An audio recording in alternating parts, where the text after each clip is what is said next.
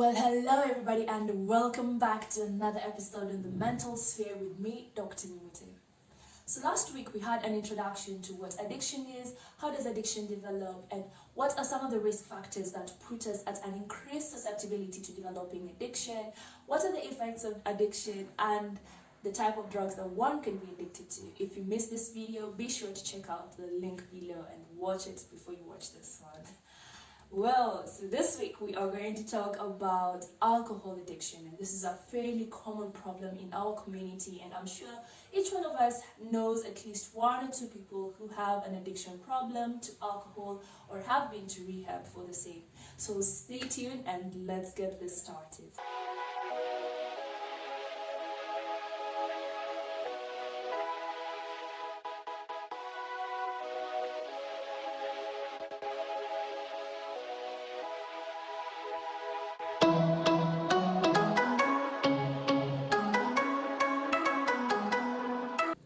So to kick off this discussion, we're just going to highlight the different types of alcohol that we do have in our market. And that is the whiskeys, the vodkas, the brandies, the rum, the beers, the wines, and of course the traditionally brewed alcohol, the changa and the muratina and whatever the name it adopts in your community.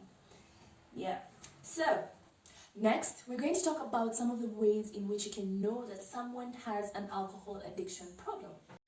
So first, it's in their drinking patterns. Last week we talked about tolerance, and that's just basically the increased need for more to achieve the same effect of a drug. And therefore, when we have increased tolerance or increased intake or increased frequency of alcohol, it's a sign that someone may be developing an addiction problem. In addition to that, hiding alcohol when drinking or drinking at inappropriate times, for example, needing alcohol first thing in the morning as an eye-opener, could be a sign of addiction.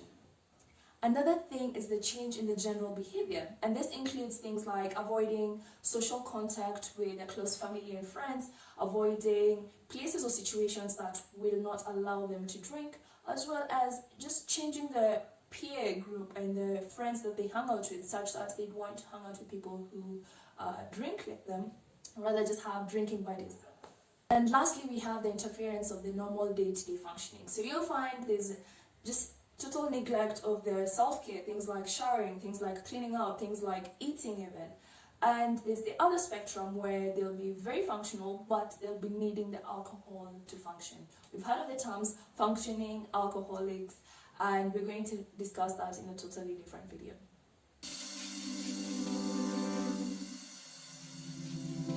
Alcohol can put us at an increased risk of developing ulcers, of developing diabetes, of developing hypertension, of developing some certain types of cancers, of developing liver failure and heart failure. It also reduces our immunity in general and puts us at an increased risk of developing simple infections that would normally not affect us. Alcohol also puts us at an increased risk of developing sexual problems and sexual dysfunction. And for the women who drink while pregnant, there's a risk to the child, and you are subjecting this child at an increased risk of developing birth defects from the heart to the brain to just normal structural like facial appearance and things like that. Second of all, when it comes to our mental functioning, alcohol can depress our mood, can reduce or change our sleep patterns, can put us at an increased risk of developing anxiety and developing hallucinations, which we defined in our previous video.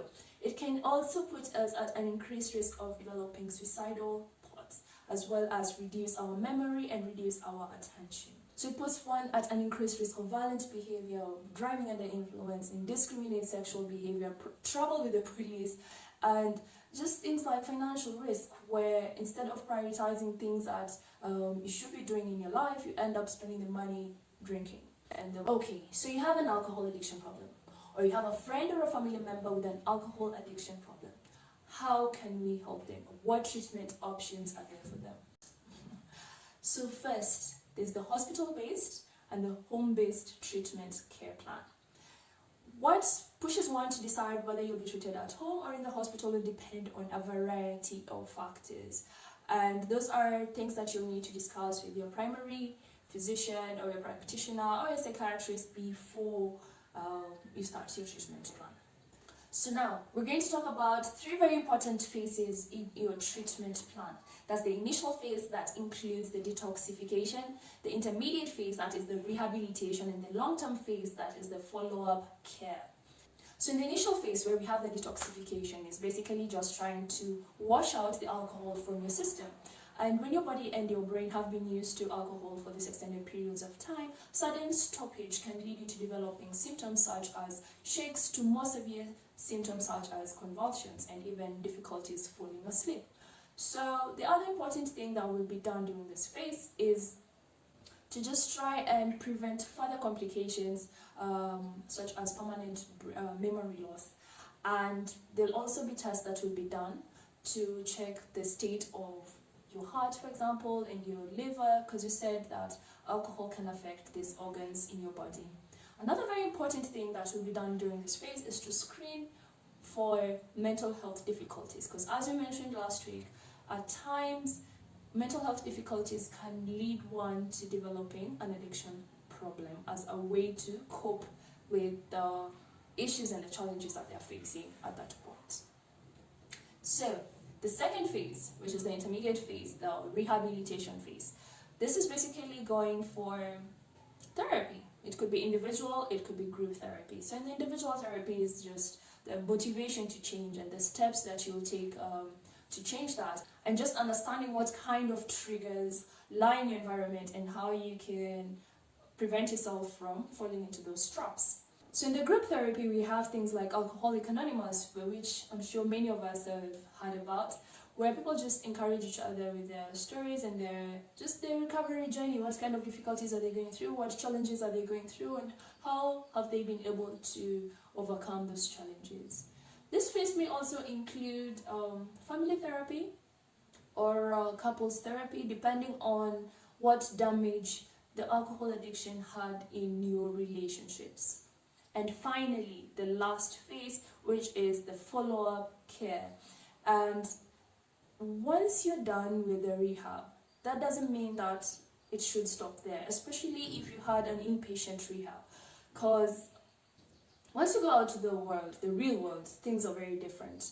There will be so many temptations, there will be so many triggers around you, and just having that continued care helps you stay sober and just maintain yourself within a very challenging environment, and it's very important. So we have community support groups that can come very much in handy. If you're under medication for whatever reason, maybe you had a complication from the alcohol or a mental health difficulty, it's very important to still be on this medication and until the doctor stops it, basically.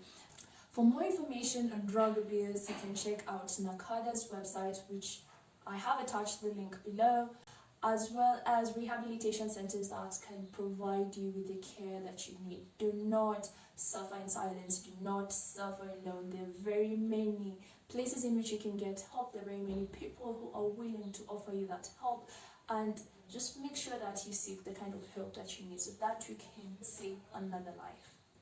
Yeah? And if you do have any rehabilitation center or community support groups or addiction programs that you do have or you're running, please put it in the comments below so that people can know where they can access this help. Alright, thank you for tuning in, and see you next week as we talk about heroin and opioid addiction. Thank you, have a lovely weekend and have a lovely week. See you next time.